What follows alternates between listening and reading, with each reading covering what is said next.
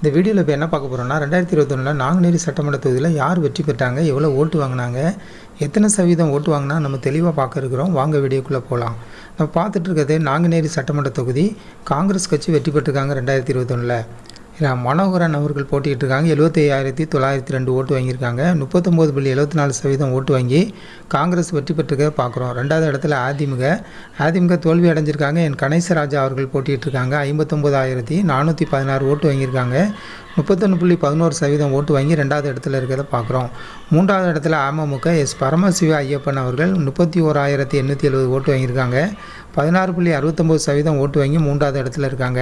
நான்காவது பார்க்கணும்னா நாம் தமிழர் கட்சி வீரபாண்டி அவர்கள் 17,654 ஓட்டு வாங்கியிருக்காங்க. 9.24% ஓட்டு வாங்கி நான்காவது இடத்துல இருக்காங்க.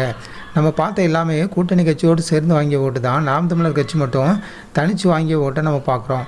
வெற்றி வாக்கு வித்தியாசம் பார்க்கணுன்னா காங்கிரஸ் கட்சிக்கும் அதிமுகவுக்கும் 16,486 ஓட்டு, 8.63% ஓட்டு. அதிமுகவோட காங்கிரஸ் கட்சி அதிகம் பெற்று வெற்றி பெற்றிருக்காங்க.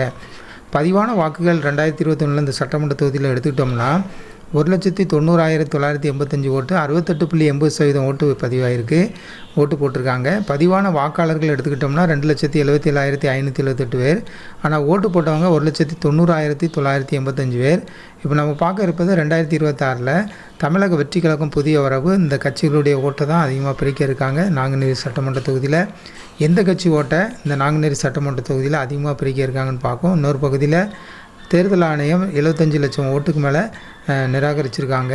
அப்படி இருக்கும்போது ஓட்டு இந்த சட்டமன்ற தொகுதியில் அதிகமாக குறைய இருக்குது. அப்படிங்கும்போது புதிய வாக்காளர்கள் வராங்க.